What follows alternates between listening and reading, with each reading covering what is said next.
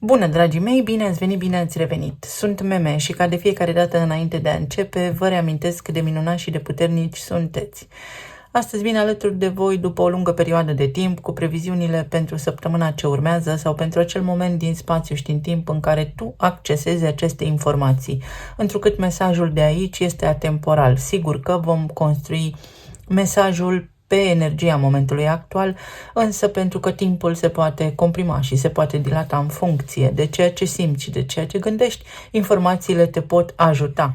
Nu am putut fi alături de voi săptămâna trecută, după cum bine știți, pentru că nu am avut cadrul potrivit și liniște în acest sens. Se lucrează intens la blocul în care locuiesc, m-am simțit înconjurată de o echipă de samurai, de ninja. În permanență a fost zgomot, în permanență a fost agitație, dar iată că am găsit o mică fereastră și vin alături de voi cu drag. Ori de câte ori pot, să știți că aici mă găsiți. Zodiile nu cred că am timp să le fac pentru că nu există un orar de liniște și nu am când realmente, însă voi face tot posibilul ca pe măsură ce se întâmplă lucrurile să pot să vin alături de voi, să vă explic ce tranzite avem în acest moment și cum ne pot ele influența, cum ne pot ajuta pentru ca noi să fim preveniți. În această săptămână își reiau mersul direct Mercur și Venus, planetele personale. Mercur care reprezintă intelectul și Venus care reprezintă iubirea, stima de sine, relația cu planul financiar, dar și relațiile noastre. Tot în această săptămână vom avea o lună plină în balanță, vom avea și o conjuncție care se formează între Saturn și nodul nord din Pești, dar și toată această influență a arhetipului Pești. Și știți voi cum este mainstream-ul sau narațiunea care este împrăștiată așa pretutindem pe internet.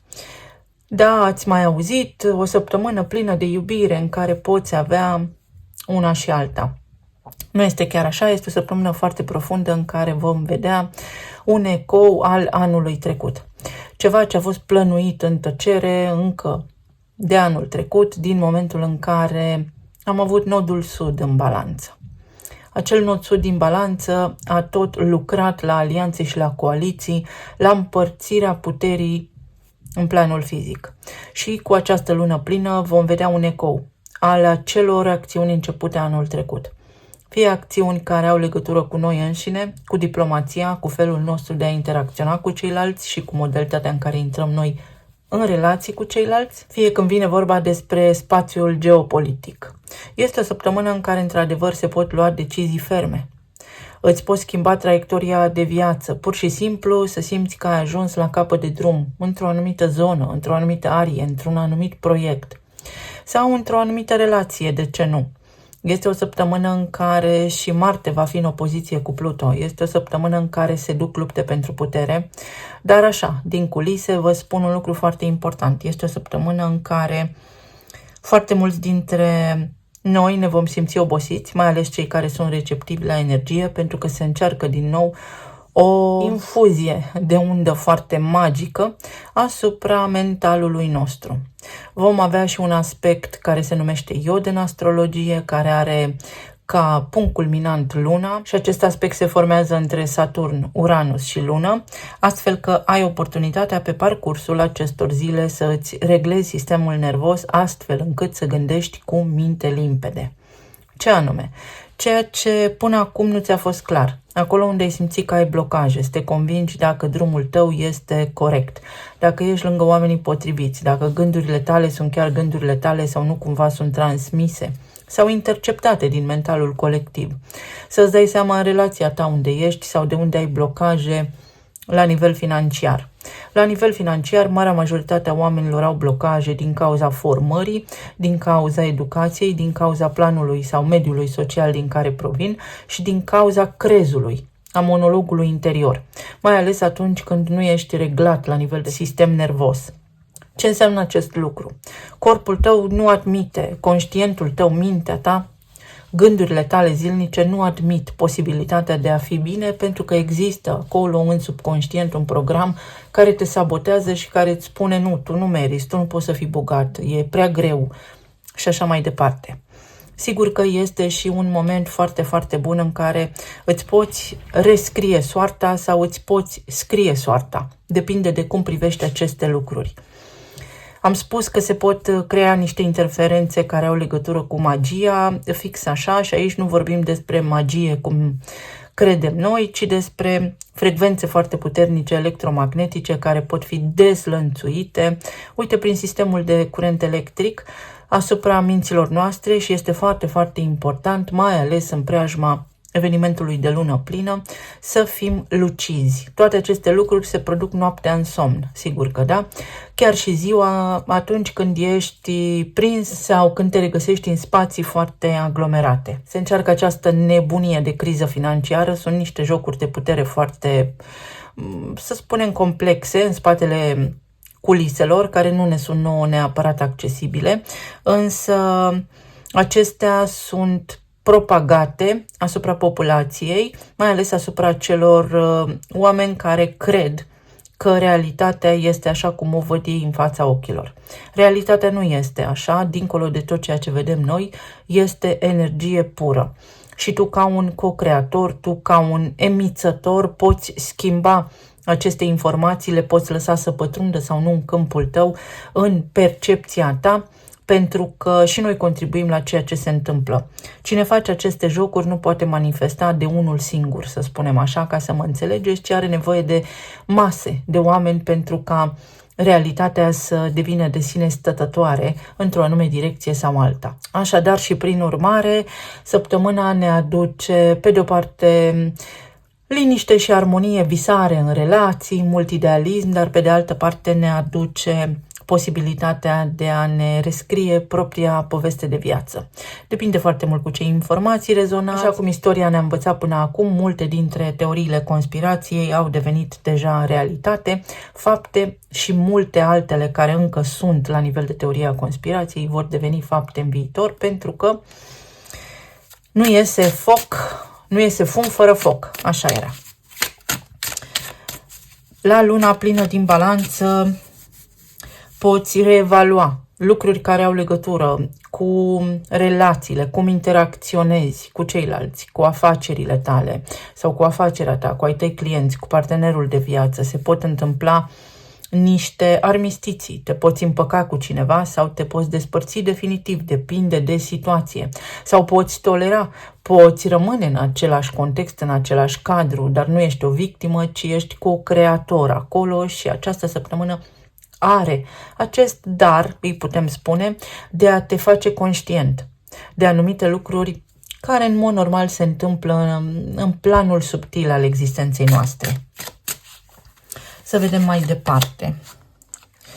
Uite, Marea și această influență puternică neptuniană, dar și jupiteriană a acestei săptămâni, pentru că atât Jupiter cât și Neptun guvernează arhetipul peștilor. Neptun este apa și Jupiter este spațiul. V-am mai spus eu anterior că, de fapt, spațiul este apa, că spațiul, așa cum ne-a fost el descris de NASA, nu prea există. Există el, dar nu așa cum ne-a descris această instituție. Și aici avem un pește. Lucruri care se pot rezolva la nivel financiar, deblocări la nivel financiar, dar și conștientizarea unor lucruri la un nivel cât se poate de profund despre relațiile voastre, dacă este un miraj sau este chiar concret ceea ce se întâmplă acolo. S-ar putea să iasă la suprafață niște păcăleli, niște idei, să spunem, acolo unde fiecare dintre noi a fost naiv, să ne trezim la realitate. Cheile de la copac și un turn. Vedem, este un turn neprăbușit și este o imagine care spune foarte clar faptul că noi avem cheia și noi ne putem elibera din propria noastră închisoare. Asta înseamnă credința noastră, mintea noastră. Avem puterea și uneltele necesare să depășim niște blocaje pe perioada imediat următoare, mai ales atunci când Saturn va face conjuncție cu nodul nord, adică se va apropia foarte, foarte mult de acel punct matematic, să spunem. Mercur este și el în mers direct, Venus este și ea în mers direct. vor face și o quadratură cu Jupiter, care este în Gemeni, și vei avea posibilitatea să vezi unde ai parte tu de o disonanță cognitivă, dacă ceea ce crezi tu este și adevărul adevărat sau dacă doar ai crezut anumite lucruri. Se elucidează un mister. Și tu ai cheia. Prin anumite situații din viața ta vei vedea că te poți lămuri într-o anumită privință. Numărul 20 și sub umbrela mea. Am nevoie de ajutor sau m-am ascuns în spatele unui crez, m-am ascuns în spatele unei povești, am crezut, am tot vrut să ajut pe cineva și în sfârșit mă conving dacă persoana respectivă merită sau nu. De asemenea, aici avem un porumbel roz, foarte interesant pentru că porumbeii roz sunt destul de rari, iar acest lucru pentru mine înseamnă următoarele. Ești pe punctul de a manifesta ceva, ești pe punctul de a-ți vedea concretizată o idee, ești pe punctul de a manifesta ceva sau această săptămână are rolul de a te trece pe tine prin anumite stări, prin anumite situații, pentru ca tu să conștientizezi dacă poți face anumite lucruri sau nu, sau dacă ceea ce vrei tu pentru tine și sufletul tău este și ceea ce ai nevoie. Avem posibilitatea, așa cum am spus, să ne reglăm la nivel de sistem nervos, să ne găsim liniștea, pentru că energia peștilor este vindecătoare ca arhetip, dar și să ne luăm o mică pauză. Este o săptămână și pentru odihnă, sau pentru cugetare, pentru introspecție, mai presus de toate. Pentru alții dintre voi poate fi o șansă, un noroc chior. O șansă unică să materializați ceva, să realizați ceva anume.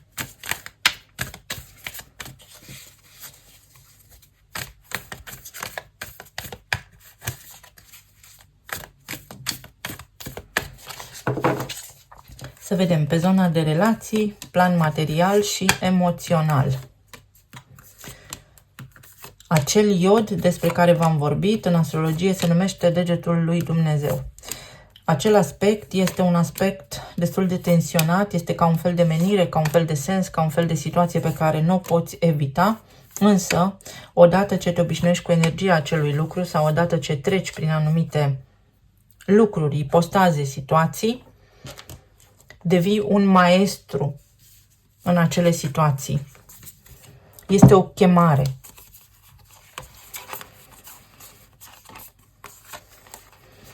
Uite, exact cum am menționat, unele lucruri devin foarte vizibile. Este o săptămână pentru acceptare, în care te lovești cu capul de pragul de sus pentru a-l vedea pe cel de jos.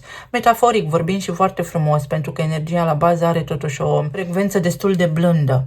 Dar există și o posibilitate să ieși dintr-o stare de apatie sau să faci ceva nou, să te vindeci. În primul rând, să-ți faci ție pe plac, dacă ești prins sau cuprins de grijile familiei tale. Această perioadă îți vine mănușă pentru a face lucruri noi, pentru a face și ceea ce îți face ție cu adevărat plăcere, nu doar pentru a te ocupa de responsabilitățile zilnice. Pentru cei care sunteți singuri, este o perioadă și o săptămână, să spunem, în care dacă sunteți foarte atenți și deschideți ochii mari, veți avea ocazia să vedeți similaritățile dintre situația voastră actuală și cea a familiei voastre, cu precădere situația mamei.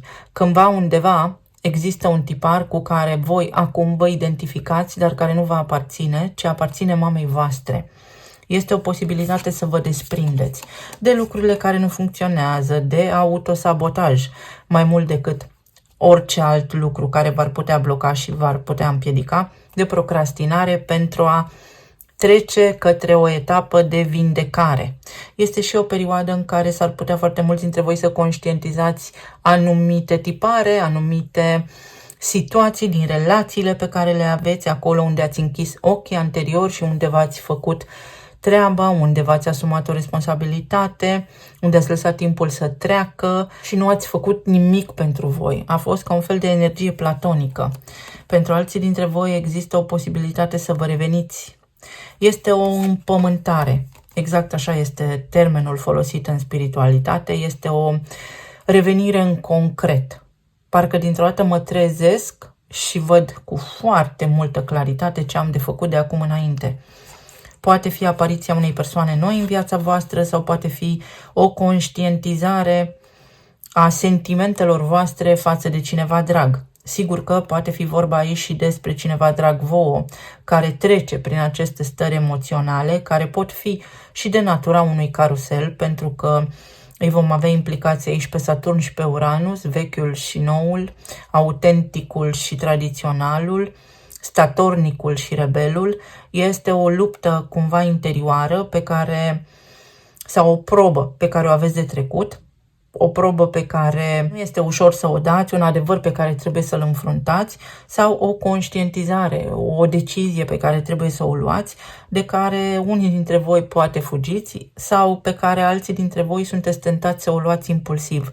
Nu este o săptămână pentru impulsivitate, ci din contră. Marte se va pregăti și el de intrarea în Leu, ne va energiza mai mult față de perioada aceasta în care a fost în Rac și ne-a cam dat cu capul, să spunem așa, de pragul de sus. Este un fel de desprindere de vechi această săptămână. O tranziție de la vechi la nou. Poate fi și o relocare, poate fi și o îmbunătățire a planului financiar, o explozie, pur și simplu. O avalanșă de evenimente plăcute. Împăratul, de la eclipsă încoace. Sigur că atât Mercur cât și Venus își vor începe din nou tranzitul prin Berbec. Avem Soarele în Berbec, avem Chiron în Berbec. Avem această influență neptuniană acum, care pe de o parte spune până acum ai făcut ce a fost bine sau ce ți-au spus ceilalți, de acum înainte este bine să faci ce simți tu. Neptun în Berbec acolo vine cu iluzii, dar vine și cu claritatea propriului tău drum în viață, care poate să nu mai coincidă cu drumul partenerului sau cu viața ta de dinainte. Să-ți dai seama că ai altfel de gusturi, să-ți dai seama că ai fost ghidat de societate, de prieteni, să crezi anumite lucruri și de fapt eul tău autentic vrea cu totul și cu totul altceva, sau poate fi o asumare a responsabilității, să te trezești în această perioadă că partenerul tău de viață dintr-o dată devine prezent și începe să facă niște lucruri, dar nu ca până acum. Mai există pentru unii dintre voi aici o posibilitate ca partenerul de viață să tot aștepte de la voi lucruri, iar voi în această perioadă să spuneți stop. Nu mai sunt acest porumbel roz. Eu sunt o pasăre rară. Dacă vrei ceva de la mine, trebuie să câștigi și să meriți tu. Adică să fie un dai și primești, nu doar un dai. Și lumea. Lumea, în mod normal, înseamnă o încheiere, dar în egală măsură înseamnă și o revenire, înseamnă și un potențial major să începi ceva mai bun. Este acest Neptun, aș putea să spun, din Berbec, care îți dă posibilitatea unei noi vieți. Nu o nouă șansă, ci o nouă viață. Pentru că o nouă șansă înseamnă să recreezi un trecut sau să recreezi aceeași situație, ci o nouă viață, o nouă posibilitate care poate să nu semene deloc cu ce ai avut înainte, pot fi condiții noi de funcționare într-un parteneriat și într-un cuplu, dar sunt mult mai bune ca înainte. Este o desăvârșire, este o săptămână în care ce vrei tu poate să fie așa cum vrei tu. Pentru că vorbim totuși de un potențial și nimic nu este bătut în cuie. Tot ceea ce vedeți voi în online și pe toate canalele este un potențial. Viața o face omul cu mâna sa.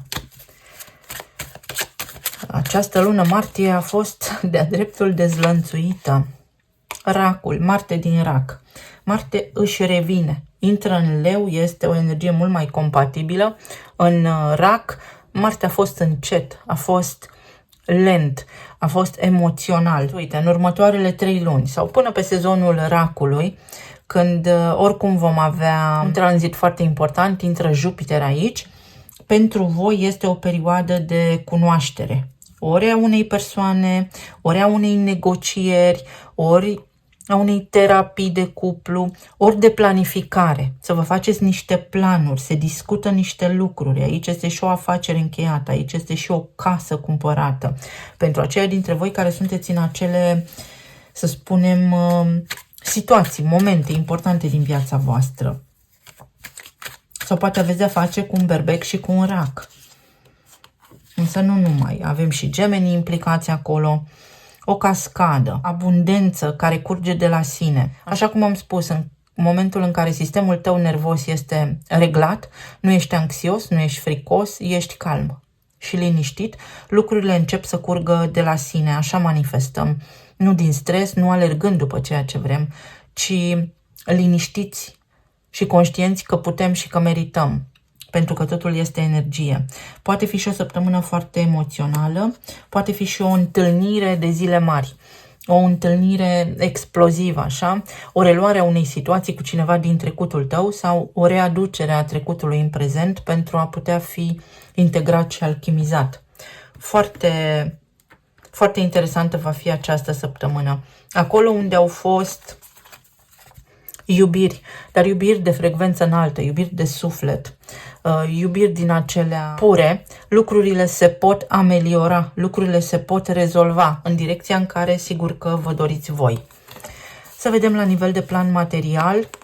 Aici este frumos, este această influență venusiană care promite un angajament, care aduce niște soluții mai clare, care aduce o materializare, să știți, pentru unii dintre voi de contracte de muncă, niște discuții, niște negocieri, acolo unde ați avut dreptate sau unde ați avut răbdare.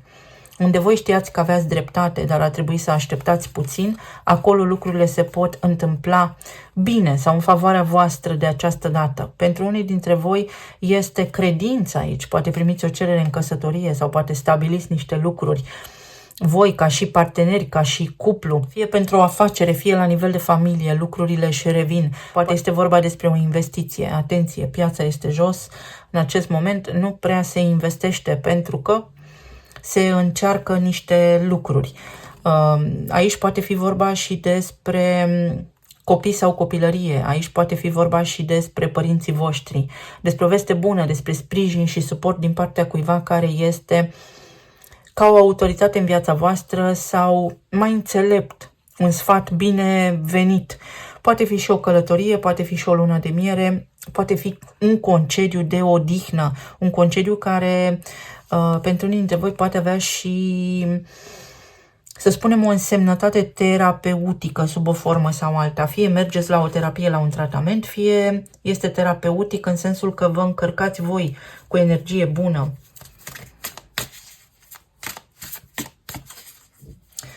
Știți cum este energia de aici? Nu sprint, maraton.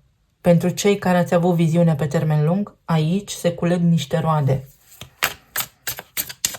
Sau ar trebui să ne facem niște planuri pe termen lung. 8 de cupe. Mergeți către ceea ce vă doriți voi cu încredere. Sau, în sfârșit, vă este clar. Această săptămână aduce claritate pe zona financiară, claritate într-un domeniu anume sau prin contextul acesta în care sunteți, prin oamenii potriviți, veți vedea către ce vă îndreptați pentru că veți vedea semne, dar sunt niște semne atât de specifice precum acest porumbel roz. Cum ar fi să vedeți în această săptămână? Dacă vedeți, să-mi scrieți și mie în comentarii pentru că ei chiar există. 2 de cupe din nou, un parteneriat. Poate fi ceva de genul pentru aceia dintre voi care ați avut o idilă la locul de muncă și acea idilă nu s-a putut întâmpla, nu s-a putut manifesta. Poate fi acum o ocazie bună să vă reîntâlniți. Așa, din întâmplare, și pun ghilimelele de rigoare. Pentru alții dintre voi este vorba despre un statut, despre faptul că cineva vă recunoaște meritele, despre faptul că cineva are încredere în voi, voi sunteți o autoritate, voi știți despre ce vorbiți.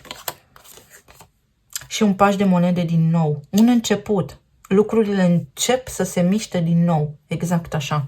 Aici avem 20, judecata, mai bun, mai puternic. Revin mai bun, revin mai puternic, revin mai pregătit ca oricând.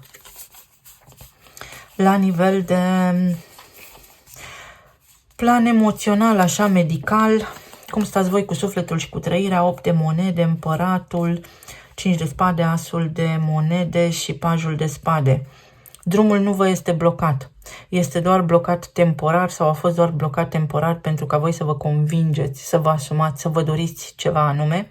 A fost ca un fel de test dacă vă doriți cu adevărat, este pentru voi. Dacă nu, această perioadă sau acest răgaz care s-a manifestat în viața voastră sub formă de blocaj a avut rolul de a vă face pe voi să chestionați foarte bine dorința voastră. Atenție la migrene și la cap, la dantură, la cap, la migrene, la sinusuri, la otite. Poate cineva are provocări în acest sens. Pentru dureri de urechi este bun uleiul de busuioc, uleiul esențial de busuioc, așa pe lobul urechii pus. Lucrurile încep să meargă mai bine. Este nevoie să faci tu pentru tine ceea ce cauți ca ajutor de la ceilalți.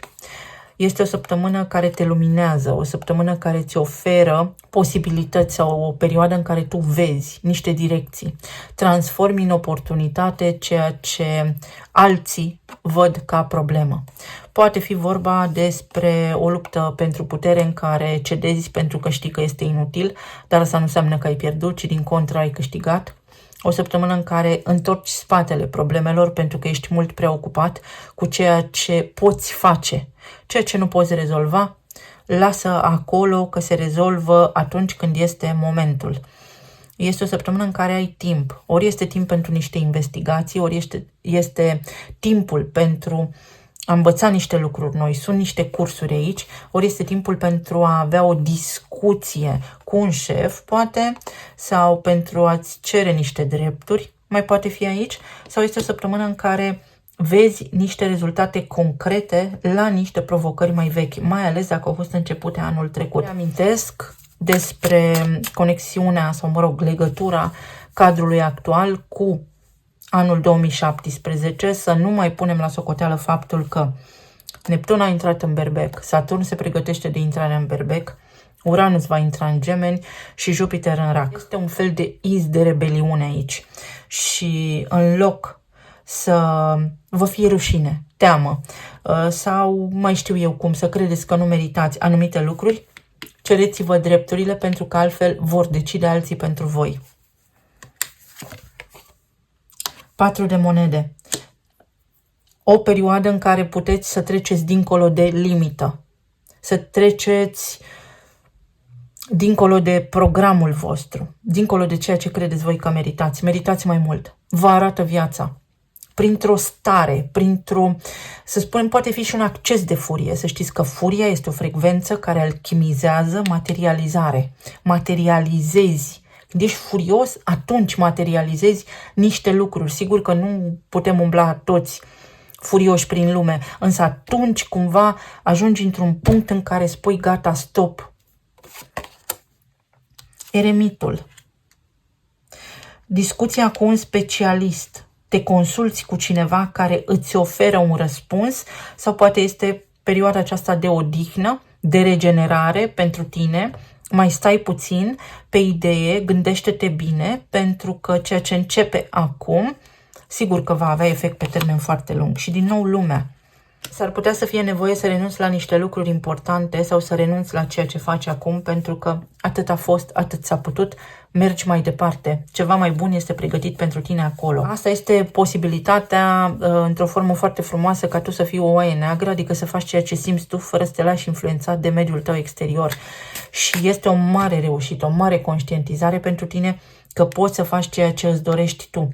Da, chiar dacă mergi legat la ochi, adică nu știi ce se poate întâmpla, trebuie să ai încredere puternic sau foarte multă. Este o săptămână în care să începi să vezi potențialul și frumusețea din tine.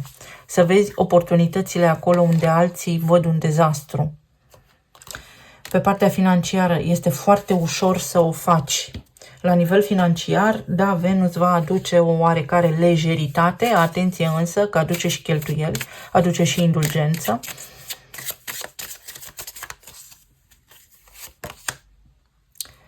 Aici este o sarcină, un început, un proiect sau poate fi chiar o sarcină, o elucidare a unui mister, un test de paternitate, o reglare de conturi, dacă este vorba despre un partaj, o tutelă, sau poate fi vorba despre o oportunitate, așa cum am spus, despre o nouă viață, un nou proiect, un nou loc de muncă, o nouă relație, o șansă Sau este ceva ce are legătură cu un eveniment care s-a petrecut în preajma unei sarcini. Cineva din jurul vostru era însărcinat, voi cineva, un eveniment de atunci. Este o legătură puternică cu acest cuvânt sarcină.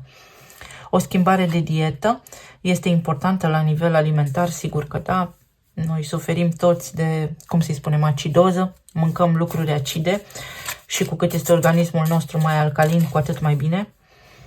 Nici nu mai știm ce să mâncăm. Bogați vor fi cei care vor avea o bucățică de pământ și posibilitatea să facă rai din ce au. Și vindecare emoțională.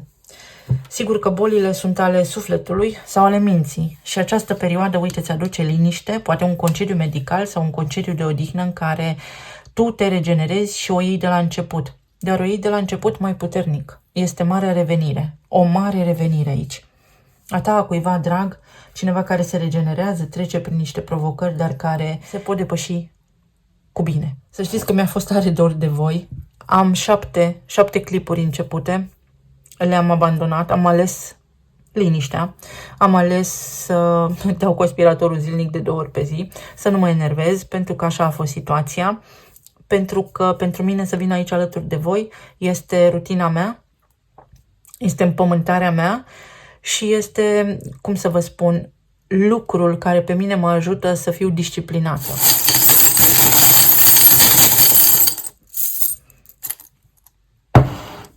Și mie îmi lipsește, nu doar vouă.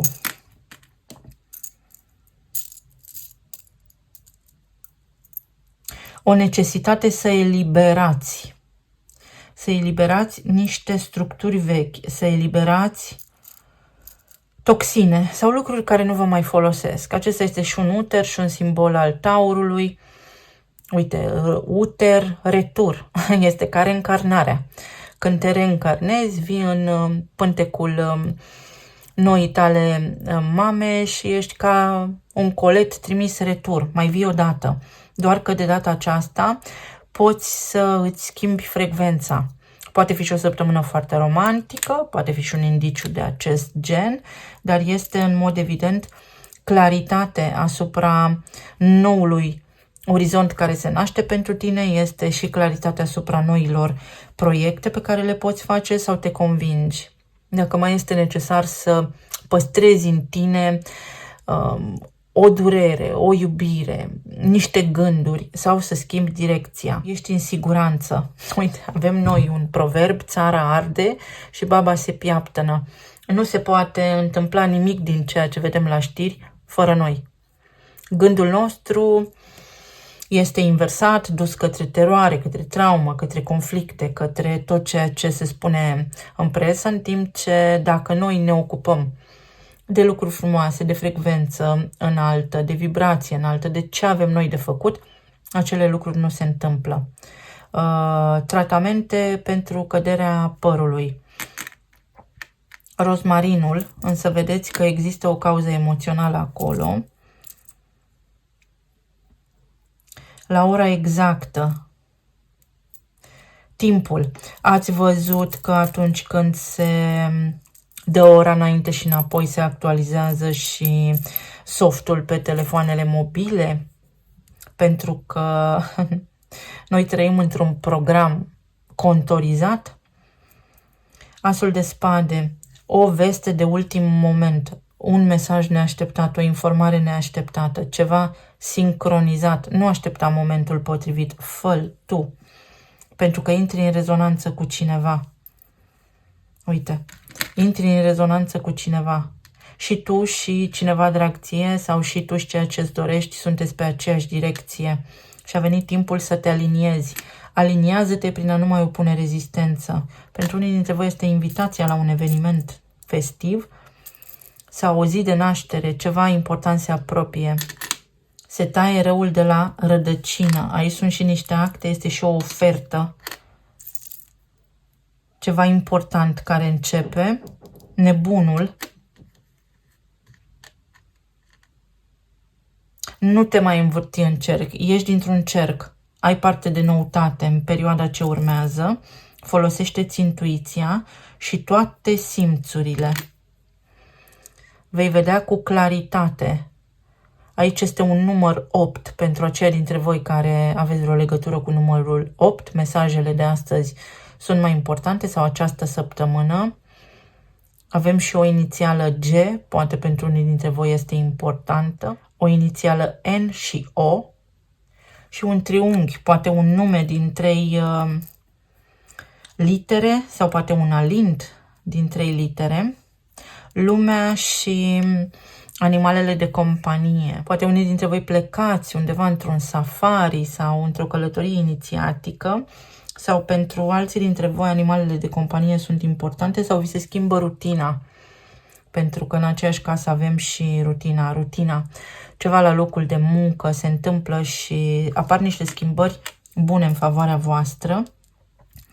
Prosperitate, ceva ce v-ați dorit, idealul vostru, proiectul vostru, acel gând care v-a obsedat, se poate concretiza acum, se poate manifesta. Uite, pentru unii dintre voi este relaxare și reglarea sistemului nervos, glanda pineală, posibilitatea să manifestați. Atât că noi manifestăm din chakra gâtului, prin sunet și prin vorbire, prin afirmații, dar și prin gândire. O veste care vă îndulcește zilele ce vor urma. Inițialele sunt J, H, Y, O și S. Este bucurie aici. Bucurie, o perioadă care îți aduce bucurii. Ia de aici ceea ce ai nevoie astăzi. Trăiește în momentul prezent. Nu te gândi la viitor, nu te gândi la trecut. Este o săptămână în care, așa cum am spus, prin aspectul care se formează între Lună, Saturn și Uranus, ai ocazia să ocolești matricea, programul ăsta în care trăim. Ai ocazia. Reglează-te, liniștește-te, înțelege că ai putere să schimbi ceea ce nu-ți convine.